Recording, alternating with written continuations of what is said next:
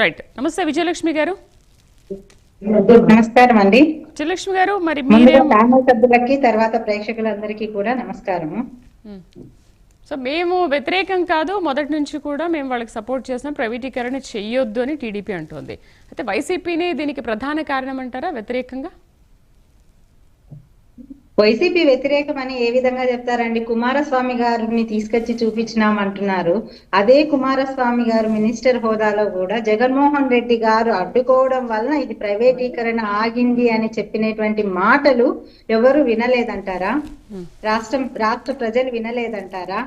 అదే విధంగా అసెంబ్లీలో మేము విశాఖ ఉక్కును ప్రైవేటీకరణ చెయ్యము అని చెప్పి తీర్మానం చేసిండేది ప్రజలు ఎవరికి తెలియదంటారా? ఏ రకంగా ఆ ప్రైవేటీకరణ చేస్తారు? దాదాపు 1300 రోజులు వాళ్ళు ఇది అక్కడ ధర్నా చేస్తూ రాత్రికి రాత్రి నిరసనలు తెలుపుతా అంటే రాత్రికి రాత్రే వాళ్ళ టెంట్లను తీసుకొని వచ్చి ఈ మధ్య కాలంలో వాళ్ళందరినీ కూటమి ప్రభుత్వం వచ్చిన తర్వాత దాన్ని డేట్ చేసి దాన్ని తీసుకొని పక్కన పారేయడం జరిగింది. అదే వైఎస్ఆర్ గవర్నమెంట్ లో జగన్మోహన్ రెడ్డి గారు గవర్నమెంట్ లో ఉన్నప్పుడు కనీసం ఒక్కసారైనా కూడా వాళ్ళకి ఇది ధర్నా చెయ్యొద్దు, మీరు నిరాహార దీక్ష చేయొద్దు అని చెప్పేసి ఏ రోజైనా కానీ పోలీసులను పంపడం కానీ ఇంకోటి చేయడం కానీ ఏమైనా చేసినామా? లేదు. ప్రైవేటీకరణ ఎంప్లాయీస్ యొక్క ప్రైవేటీకరణ ఎఫిషియన్సీ కోసం ఎంప్లాయీస్ ని మారుస్తున్నామని ఈ రోజు చెప్తున్నారు. ఎఫిషియన్సీ కోసం ఎంప్లాయీస్ ని మార్చినామా? 5000 మంది కాంట్రాక్ట్ ఉద్యోగులను శాశ్వత ఉద్యోగులను తీసేసి రాజస్థాన్ నుండి, బీహార్ నుండి, ఒరిస్సా నుండి తీసుకొని వచ్చి చేస్తున్న సందర్భం ఇది. ఎందుకోసం చేస్తున్నారు? ఒక్కొక్కటి ప్రైవేటీకరణ, టోటల్ గా ప్రైవేటీకరణ రాష్ట్రంలో ఏదైనా ఒక పరిశ్రమ ప్రైవేటీకరణ చేస్తే ప్రజలందరూ హర్షించితే దాన్ని డైరెక్ట్ గా ప్రైవేటీకరణ చేస్తుంది ప్రభుత్వం. అదే ప్రజలు హర్షించకపోతే ఇండైరెక్ట్ గా ప్రైవేటీకరణ చేయాలని చెప్పి చూస్తుంది. అదే ఇండైరెక్ట్ ప్రైవేటీకరణ ఈ రోజు జరుగుతా ఉంది అని చెప్పేసి మేము ముక్త కంఠంతో ఈ రోజు ఘోషిస్తున్నాము. ఎందుకోసం అంటే కాంట్రాక్ట్ 5000 మంది రాష్ట్రంలో ఉన్నటువంటి సాధారణ వైజాగ్ లో నివాసితులైనటువంటి వాళ్ళని తీసేసి ఎక్కడో బీహార్ నుండి, రాజస్థాన్ నుండి, ఒరిస్సా నుండి తీసుకొని వచ్చి కాంట్రాక్ట్ ఉద్యోగుల్ని ఈ రోజు నియమిస్తున్నారు. అదే విధంగా 11,400 రూపాయలు గ్రాంట్లు తీసుకొని వచ్చి అప్పులు తీర్చినామంటున్నారు.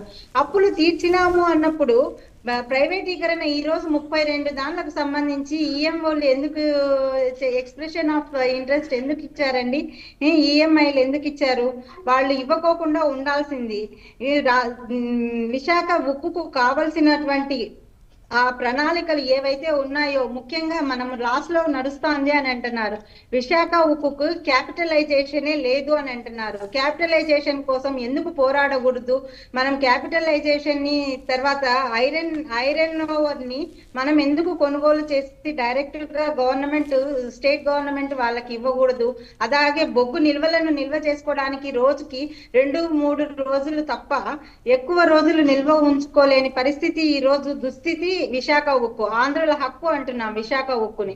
అలాంటి హక్కు ఉన్నటువంటి విశాఖ ఉక్కు ఈ రోజు 2-3 రోజుల కంటే ఎక్కువ నిల్వ చేసుకోలేని దుస్థితిలో ఈ రోజు ఎందుకు దిగజారిపోయింది?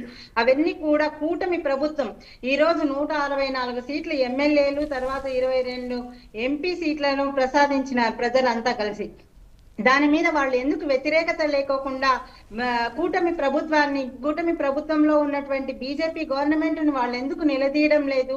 ఇది మా హక్కు, ఇది మా ఆంధ్రప్రదేశ్ యొక్క హక్కు, ఇది మా ఆంధ్రప్రదేశ్ లో ఒక ఉన్నతమైనటువంటి భాగము అని చెప్పి ఎందుకు చెప్పడం లేదు? ఎవ్వరు ఈ రోజు 34 ఐఎంఎల్ అయిన తర్వాత ఒక్కరు కూడా మాట్లాడని సందర్భం ఈ రోజు మనం చూస్తున్నాం. పొద్దున్న నుండి అక్కడ ఉన్నటువంటి కార్మికులు సమ్మె చేస్తున్నారు కానీ ఏ ఒక్క నాయకుడు బయటికి రానటువంటి దుస్థితి.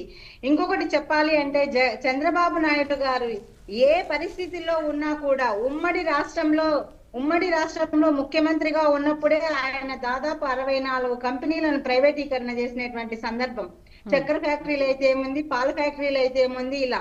అదే విధంగా ఇది కూడా ప్రైవేటీకరణ చెయ్యాలి అనే ఉద్దేశంతో ఉంటున్నారు.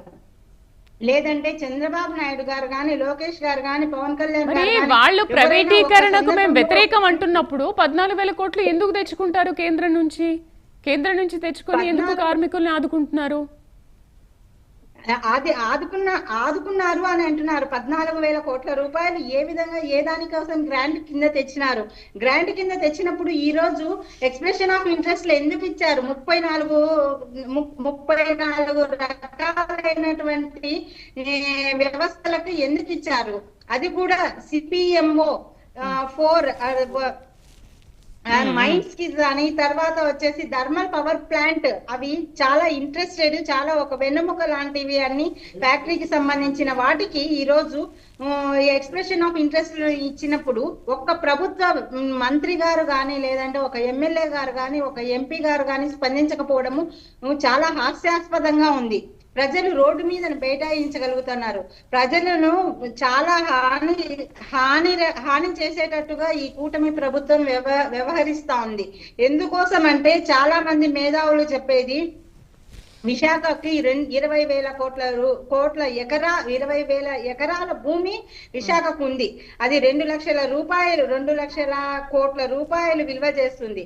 ఆ భూమిని ప్రైవేట్ వ్యక్తులకు అప్పచెప్పి ఆ భూములన్నిటితోటి ఇక్కడ ఉన్నటువంటి ప్రభుత్వము దానితో వ్యాపారం చెయ్యాలి అని చెప్పే దానికోసం మాత్రమే ఈ రోజు ఏ విధంగా అనుకుంటున్నారు విజయలక్ష్మి గారు? ఏ విధంగా అనుకుంటున్నారు?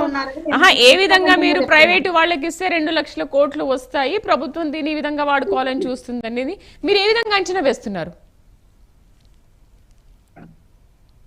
విశాఖ స్టీల్ ప్లాంట్ కు 20,000 ఎకరాల భూమి దారాదత్తం చేయడం కోసం మాత్రమే చేస్తున్నారు.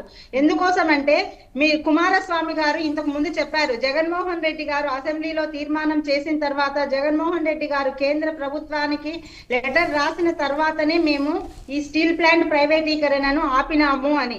అంటే అప్పుడు ఆపినారు, ఇప్పుడు కూటమి ప్రభుత్వం వచ్చింది కాబట్టి దాన్ని ప్రైవేటీకరణ చేసుకుంటా పోతారు. నేను ఇందాకనే చెప్పాను, ఎవరైనా ప్రజలు అడ్డుకుంటే దాన్ని ఇండైరెక్ట్ గా ప్రైవేటీకరణ ఏదైనా కానీ, స్టీల్ ప్లాంట్ కి సంబంధించి మెటల్ వాళ్ళకి కానీ, అదాని వాళ్ళకి కానీ ఎవరో ఒకరికి ఇవ్వాలి అనే ఉద్దేశంతో ప్రభుత్వం ఉంది కాబట్టి ఆ 20,000 ఎకరాల భూమిని కొల్లగొట్టడం కోసము ఇప్పుడు రాష్ట్రంలో జరుగుతున్న భూ వ్యవహారాలన్నీ మనం చూస్తానే ఉన్నాము. కాబట్టి అది కొల్లగొట్టడం కోసము 2 లక్షల కోట్ల రూపాయల ఆదాయాన్ని పంచుకోవడం కోసము, వాళ్ళు తినడం కోసం మాత్రమే దీన్ని స్టీల్ ప్లాంట్ ప్రైవేటీకరణ చేస్తున్నారనేది మా వైసీపీ వాదన. Right sir. రామ్మోహన్ గారు నమస్తే అండి. రామ్మోహన్ గారు సార్ ఏమంటారు? ఇప్పుడు ఇద్దరు కూడా మేమేమి వ్యతిరేకించట్లేదు.